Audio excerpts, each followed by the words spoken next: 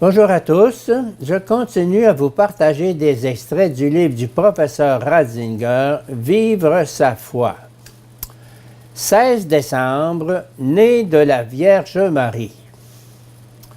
La détermination avec laquelle la naissance virginale de Jésus est aujourd'hui rejetée ne s'explique pas par des problèmes historiques. La raison fondamentale véritable se trouve ailleurs, dans la différence entre notre image du monde et les affirmations bibliques, et dans la conviction que ces affirmations ne peuvent trouver aucune place dans un monde qu'on analyse de manière scientifique. Une image du monde est aujourd'hui une synthèse de connaissances et de valeurs. Sa manière propre d'envisager les choses repose sur cette combinaison.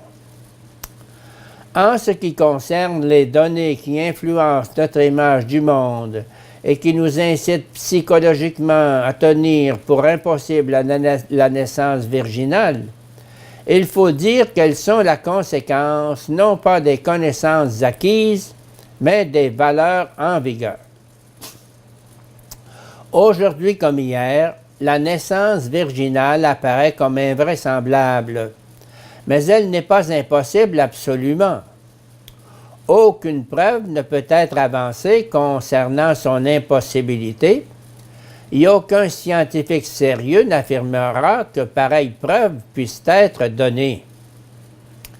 Il ne s'agit ici nullement d'une réalité secondaire, mais bien d'une question centrale. Qui était Jésus?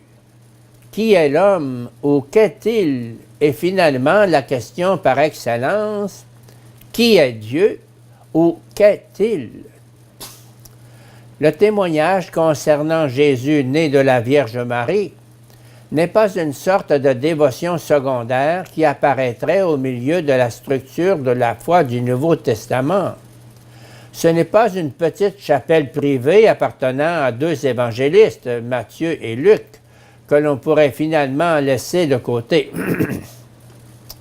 Fondamentalement, le natus ex Maria Virgine est une affirmation strictement théologique. Elle témoigne du fait que Dieu n'abandonne pas sa création. C'est là le fondement de l'espérance, de la liberté, de la confiance et de la responsabilité du chrétien.